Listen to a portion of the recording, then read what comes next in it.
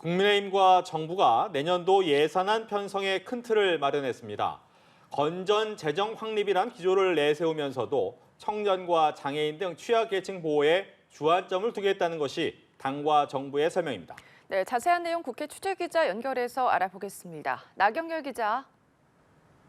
네, 윤석열 정부의 첫 번째 예산안 편성을 위한 당정 협의가 진행됐습니다.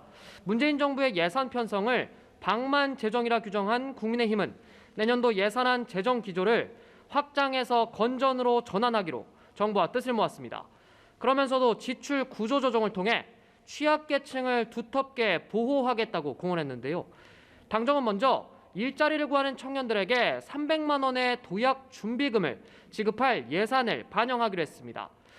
또 저소득층의 전기와 도시가스 요금 등을 지원하는 에너지 바우처를 50% 인상하겠다고도 설명했는데요.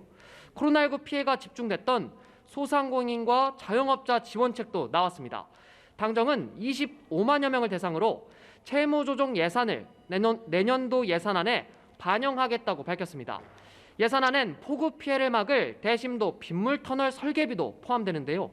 빗물터널이 설치되면 시간당 100mm의 폭우에도 견딜 수 있게 되는데 정부는 2027년 완공을 목표로 하고 있습니다.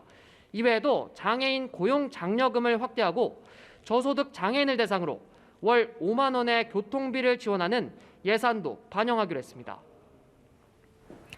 네, 더불어민주당 상황도 알아보죠. 권리당원 전원투표를 최고의결기구화하자는 당원 신설안을 두고 신경전이 오가고 있다고요?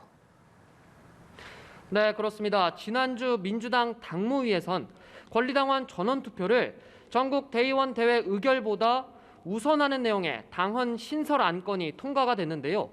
당의 최고 대의기관인 전국 대의원 대회 의결보다 권리당원 전원투표를 우선하겠다, 이런 내용입니다. 오전 10시 시작된 중앙위원회 투표로 신설 여부가 결정되는데요. 하지만 이를 두고 당내 반발이 이어지고 있습니다. 당권 주자인 박용진 의원은 동료 의원들과 지역위원장들에게 현재 부결 이외에 다른 방법이 없다, 간곡히 반대 투표를 호소한다, 이런 글을 보냈습니다. 당의 최고 의사결정 기관을 변경하는 문제를 두고 제대로 된 토론과 수기 과정이 없었다는 건데요. 또 권리당원 30% 참여와 과반 찬성이라는 조항에 대해서도 과반 투표, 과반 찬성이 아니라면서 민주당이 사당화될 것이라고 주장했습니다. 이에 대해 전준희 당헌 본과장인 조승래 의원은 민주당은 당원의 역할을 강화하면서도 집행의 책임성을 높이는 방향으로 전진해왔다고 반박했습니다. 이미 당규에 있는 권리당원 전원투표를 당원으로 승격하는 차원에 불과하고 전당원 투표 요건도 까다로워서 남발 가능성은 적다고 주장했습니다. 우상호 비대위원장도 그렇게 우려할 사항은 아니라고 강조했는데요. 당원 신설 여부를 결정할 중앙위 투표 결과는 오후 3시쯤 발표됩니다. 지금까지 국회에서 전해드렸습니다.